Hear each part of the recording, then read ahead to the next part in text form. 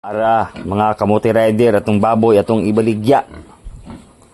Ang kilo karon sa baboy, tag 170. So, ang mga komprador uban ron, mga adto na sa mga bukid-bukid nga lugar, kay mamalit sila baboy nga 1 to 170 ang kilo. So, mahurot ilang baboy, nga tag 170 sa mga bukid-bukid, mumahal lang baboy yan eh. Yan niya itong baboy, itong buligyan eh, kanang di po mahal kay, ay di barato kay mag-answer sa feeds. So kanang kuhanda, mga bukid-bukid, ibang baligyan niya yung baboy og barato.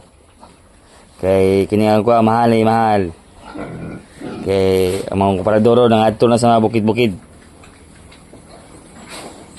Ila pa nang palitan og mga barato.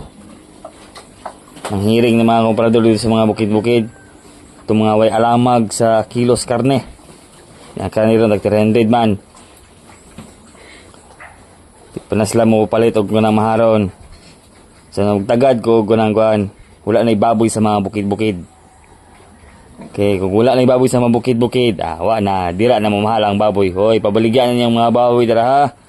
Sa mga baboy dira, ini pabaligyan ng barato inyo ha, ang baboy tag 170 kilo, baligyan na niyo dira. Ay, kini sunod yan ko, malmahalan na eh.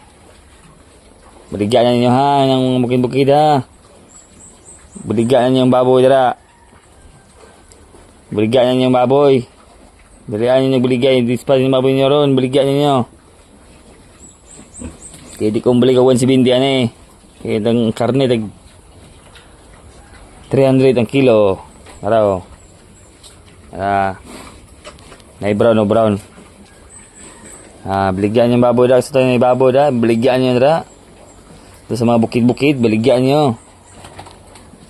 Kung baligyan niyo yung baboy da sa mga bukid-bukid ha. Ay naman bugtagad og mamahal.